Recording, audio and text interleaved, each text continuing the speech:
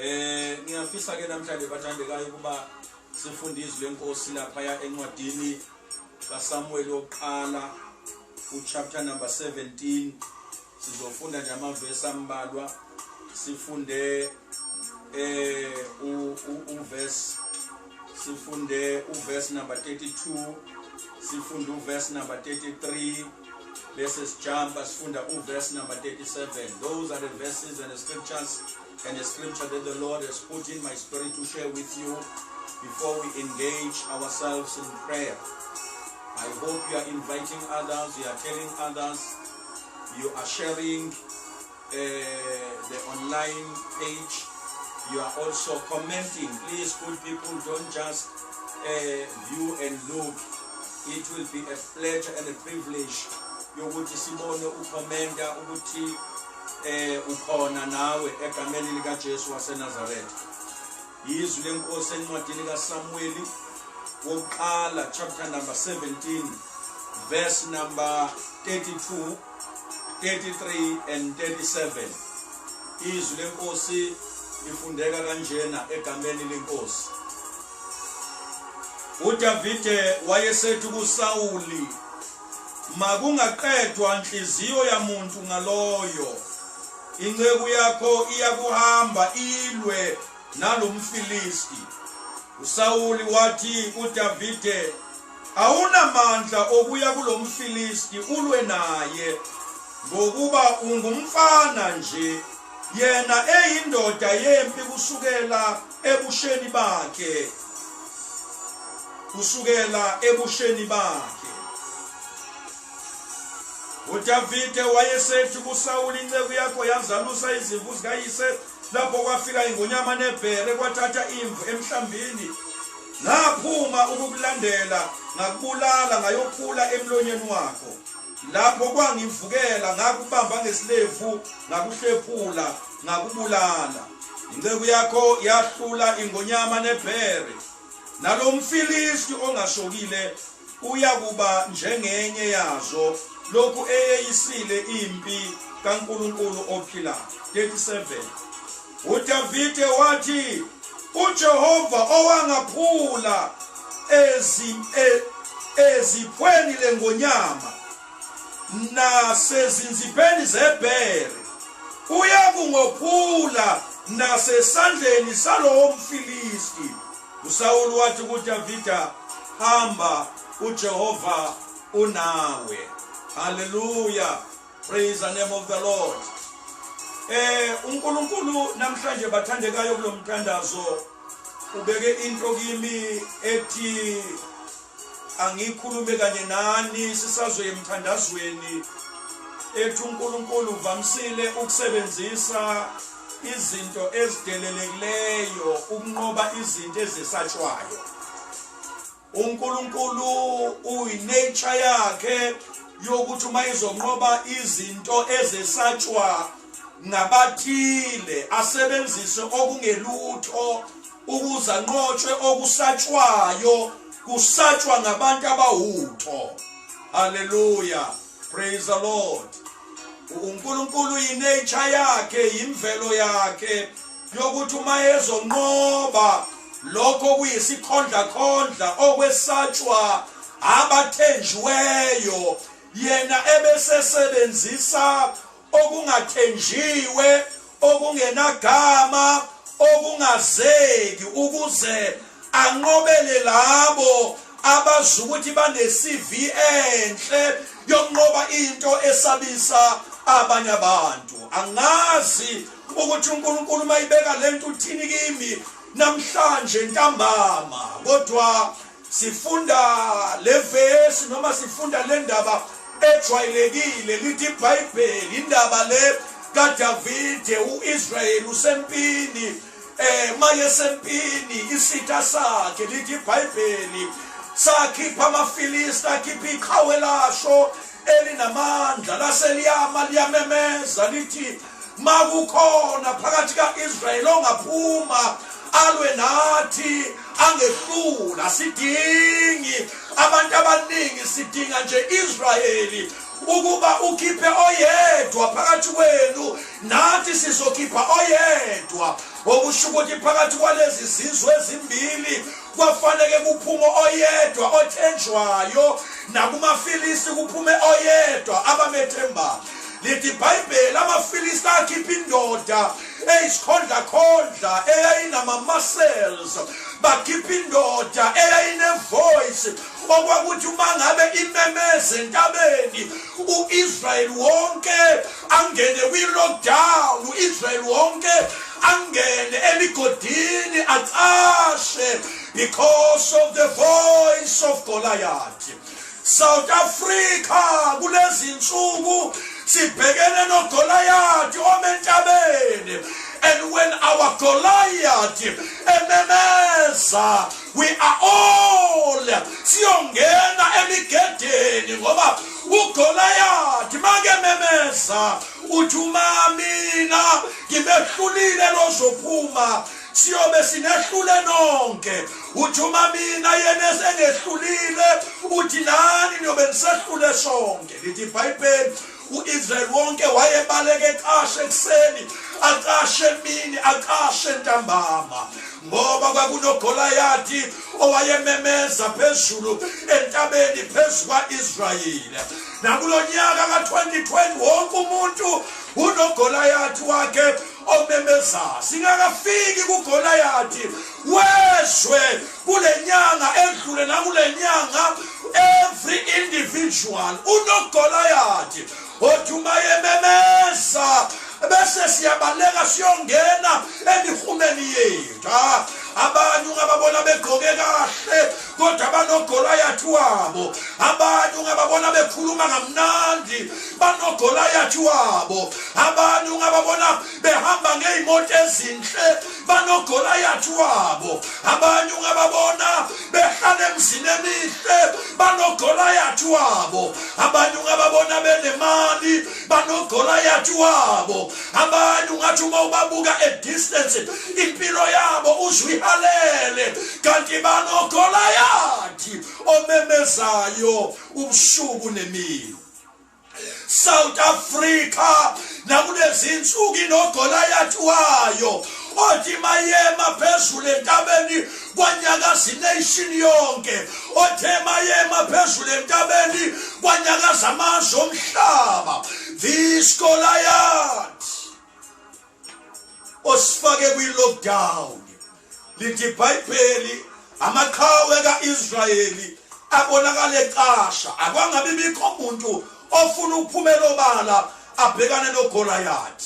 Lithi uNkulunkulu wenza icebo lakhe uyise kaDavide uJese wathumela uDavide ongakaza besempini, wathumela uDavide okwazi ukuzelusela izimvu zikayise wathi uhambisela abafowenu ubahambisela ukudla kanti uzofika ngesikhathi la khona uGoliath ememeza, uzofika ngesikhathi la khona uGoliath esabisa impi kaJehova, uzofika ngesikhathi la khona uGoliath edelela impi kaNkulunkulu, uzofika ngesikhathi la khona uGoliath emelene nabakaJehova.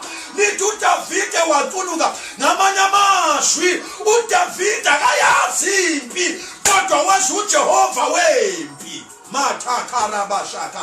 David was never been in the war, but he knew the God of the battles. He knew the God wamazi uNkulunkulu wempi engakaza besempini.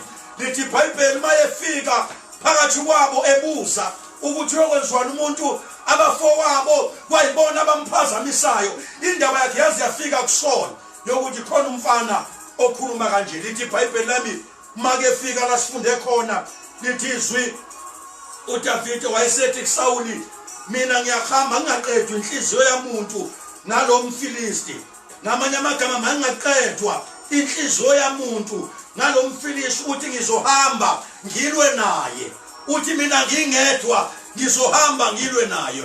Kusho umuntu ongena experience, kusho umuntu ongelutho, kusho umuntu one-CV engaziwa, kusho umuntu ongakaza besempini, kusho umuntu o-underminwe ekhaya lakubo, kusho umuntu ongenayo into ephathekayo ngaye yokuthi ukuthi angalwa nomfilisti. Lithi iBhayibheli uSawuli wathi mfana wami awukwazi ukuyolwa nalomfilisti ngoba lo muntu omebezayo kusukela esewumfana wayeseqalile impi wena ungumfana. My God, angazi noma uDavide wathi inkosi Sawuli usho kahle. He started to be a soldier when he was a young boy. And you are confirming to me ukuthi I am a young boy. Uma lento uGoliath ayiqala esengumfana nami ngisewumfana. Yena usene CV mina ngabi nayo kodwa iCV yami izokwaziwa ngaye. Mandala bayashaka. Wathi iCV yami izokwaziwa ngaye. Kwaba khona ibattle against a young boy and an old man, old giant who started to be in an army when he was still young. Kwaqala impi phakathi kwaDavide umuntu ongakaze aphathe umkhonto besempini. Waqala impi nendoda othwana yaqala ebusheni. Wathi nami lento ngizoyiqala ebusheni njenganaye. Kwathi amemezela into yokuthi uNkulunkulu befuna uhlobo labo Davide abazophuma, ubefuna uhlobo labo Davide abazophakama. La impi kaJehova iwi lockdown kodwa ubefuna ibutho lakhe elizobizwa ngoDavide elizothi ibutho likaSomakade lisemgedeni. Le impi kaJehova lithi iBhayibheli wathi mina ngizolwa naye ngegama lika Jesu. Wathi ngizolwa naye. Uthi uma ekhipha iCV yakhe uthi uNkulunkulu uthi ngangisehlane. Uthi uNkulunkulu ehlane kwaqhamuka ibhubesi. Uthi labambeli lamazinyane uthi ngalilandela. Uthi ngalephuka. Uthi nebhele ngokunjalo uthi ngalibamba. Uthi lazama ukulwa nami. Uthi kodwa uthi ngalihlephula. Wena wabona umuntu ehlephula izinyane lethu. We need David of this time. People with no CV, people with no experience, people who are not known, but who will rise up and say, Ungubani lo mfilisti olwa nempi kaJehova na, othuka impi kaJehova na. Ngamanye amagama washukuma umfana, washukuma into engelutho, washukuma into engakazi besempini, washukuma into engakaze ibe neCV yokulwa. Yathi mina ngingalwa nalomfilisti ongasokile. Amanye amagama uIsrael ewi lockdown kodwa kwashukuma umfana owayiletha ukudla. Kwathi amemezela into ethi uNkulunkulu wethembe wena usibona ungelutho yokuthi kulelo khaya okulona umthandazo wakho ungamwisa lo Goliath. Ukukholwa kwakho ungena experience yokwenza imisebenzi emkhulu, ungena experience yamazwi amaningi, ungena experience yezinto ezaziwa ngabantu kodwa ngokholwa umnqobe uGoliath. Uthi uDavide ngineCV encane. Oh mathasha kalabasa. Uthi ngineCV encane. Yayisho indaba kaGoliath yokuthi yakhe iCV yinde. Uyaziwa empini. Mina yami iCV ayibonwanga ngabantu. Mina yami iCV ayikaze iproduce ngoba iCV ayenzeke in a private space, ayenzakalanga in a public space. Mandala bayethesha la khapotha labasha. Uthi ngineCV encane. iCV yami ayaziwa ngabanye abantu. Angazi noma uDavide wayethi I'm not a major prophet. I'm not a bishop. I'm not an apostle. I'm not an evangelist.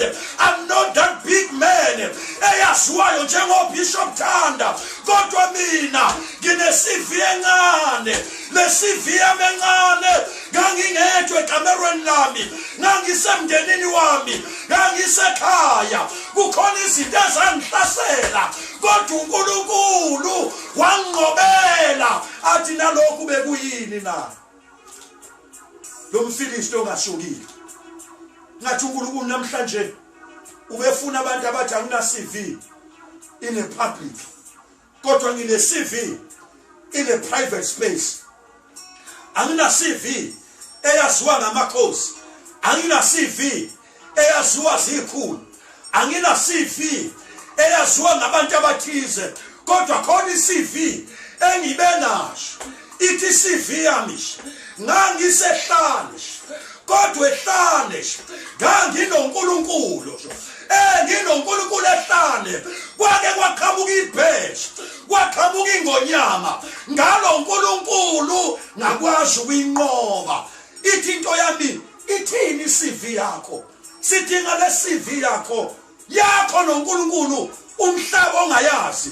Abantu abangayazi, abantu abangayibonanga, abantu abangayizwanga, kodwa kule situation ngoba uNkulunkulu usebenzisa izinto ezingelutho ukunqoba izinto eziwutho kulabo abazesabayo. Angazi noma uNkulunkulu ubefuna ukusinqobela ngawe.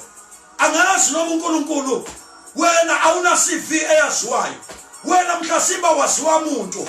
Kodwa uNkulunkulu befuna ukusebenzisa umthandazo wakhe ekhaya. Ubefuna ukusebenzisa ukukholwa kwakho in your closet. Ubefuna ukusebenzisa lento yokumkhola uNkulunkulu. Bengekho abanye abazokuphamba. Lithi iBhayibheli wamkhola uNkulunkulu. Khona amazwi engivala ngawo awashoyo. Uthi uDavide nalomfilisti. Uthi nalomfilisti. Uthi uDavide wathi uJehova owangaphule izipheni lengonyama nelebhere uyakungaphula nasesandleni salomfilisti.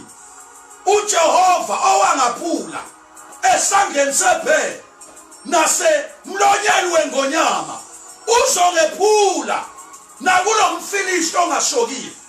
Kwathi angimemezele bazalwane yokuthi lo uNkulunkulu esimkhonzayo owake wasephula kwi-Ebola virus unamandla okusephula.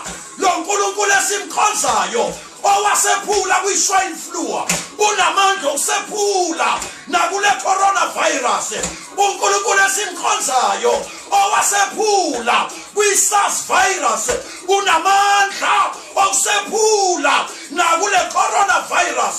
uNkulunkulu esimkhonzayo owasephula kwi-HIV and AIDS unamandla okusephula nakule simo esibhekene naso. uNkulunkulu owasephula kwi-Listerious unamandla okusephula nakulokho esibhekene nakho. uNkulunkulu owaba namandla okusephula kokholera unamandla okusephula. uNkulunkulu owasephula kwabo-TB unamandla okusephula nakulesi simo. uNkulunkulu wangephula emazinyeni ebhele, emazisheni ebhele nasemlonyeni wengonyama unamandla okusephula. South Africa lo uNkulunkulu esimkhonzayo unamandla okwephula indeni yethu, okwephula abantwana bethu, okwephula inhlobo zethu kule situation esikuyona. Befuneka abantu abazophakama bathi angina CV. Angina CV. Angina CV. Angina CV. Angina CV eyaziwa ngabantu. Kodwa khona iCV enginayo yokuba nosomandla ehlane. Angina CV ebonwe ngabantu. Kodwa khona uqobo lweCV, the real CV yokuba noNkulunkulu la ngibhekene nengonyama, yokuba noNkulunkulu la ngibhekene nebhere. Angina CV eyaziwa uhulumeni. Angina CV eyaziwa ngamakhosi. Angina CV eyaziwa ngabathile. Angina CV eyaziwa abantu abazokwazi ukuthi bayi-acknowledge, bayi-implement. Kodwa iCV enginayo eyokuba noNkulunkulu kwi-lockdown, eyokuba noNkulunkulu kwi-closet yami, eyokuba noNkulunkulu ehlane lami. uNkulunkulu usebenzisa izinto ezingelutho ukuphakamisa noma unqoba izinto ezibonakala zinamandla naze satshwa yilabo abathenjiweyo yokuthi bangamela isizwe kusona. uIsrael wabonakala ebaleka eqasha ngaphansi kwamatshe, kwavela umfana ongena CV bokothala bahandala basha, kwavela insizwe, kwavela a young boy, kwavela an undermined person, kwavela an inexperienced guy. Yathi mina angina experience yokuphatha umkhondo, kodwa nginoNkulunkulu wasehlane. Besingavuka imandla likaThixo ke sivele experience yasehlane athi ohlabela khona ehlane la kukhona uJehova wethu. Bedingana uhlobo labantu abazoveza iCV yakwi-closet ukulwa nalo Goliath esibhekene naye. Lo Goliath esibhekene naye usifake kwi-lockdown, but kule lockdown ake kube yithuba lokuthi sibize uNkulunkulu yokuthi uNkulunkulu nalokhu sizokunqoba, nale coronavirus sizoyinqoba. Ngithi ngegama likaJesu nale coronavirus sizoyinqoba. Ngithi ngegama likaJesu nale coronavirus sizoyinqoba. Sizoyinqoba hayi ngamandla ethu kodwa ngaye yena loyo owasinqobelayo. Khona izinto uNkulunkulu anqobela zona uwedwa. Khona izinto engaziwanga umhlaba ukuthi uNkulunkulu wenzani kuwe. Khona izinto esingabonwanga umhlaba yokuthi uNkulunkulu wakwenzelana. Isona sikhathi lesi obefana ukuphakame ngaso uthi wena uNkulunkulu owangephula engozini yemoto, wena uNkulunkulu owangephula esifeni esibulalayo, wena uNkulunkulu owangephula ezigebengwini ihlasele kwami, wena uNkulunkulu owangephula enhlamvini zesibhamu abangidukule bangishabethi ngifile, wena uNkulunkulu owangaphula endlaleni, wena uNkulunkulu owangaphula ekwasweleni kuze kube manje ngiyaphila namanje unamandla okwephula izwe yokwephula umphakathi wakithi. David uma efika akazilwelanga yena kuphela kodwa walwela isizwe sikaNkulunkulu. Ungubani lo mfilisti odelela impi kaNkulunkulu? Ingubani le coronavirus edelela impi kaNkulunkulu? Sivalile emabandleni ngegama likaJesu, asikwazi ukukhonza ngegama likaJesu. Ingubani le corona esivalele emagunjini? Siphethe uNkulunkulu ophilayo. Ngithe simbonile zake zafika ikhathi ze-Ebola kodwa uNkulunkulu wasihlenga. Zafika ze-swine flu uNkulunkulu wasihlenga. Zafika ezika-SARS uNkulunkulu wasihlenga. Zafika ika-HIV and AIDS uNkulunkulu wasihlenga. Zafika ezika-cholera, zafika ezika-TB, zafika nezinye kodwa uNkulunkulu wasihlenga ngamandla akhe. Ingubani le coronavirus? Bapha abantu abazoshukuma ngizomemezela eSouth Africa yokuthi ake sishukumele. Ungalandi into ezinkulu, ulandele ubufakazi bakho. uJehova akunqobela wena uwedwa ehlane, singakubonanga, bengakubonanga, bengakuzwanga abantu ukuthi uJehova wenzeni kuwe, ngoba lo esimkhonzayo unamandla okusephula emazisheni ebheke.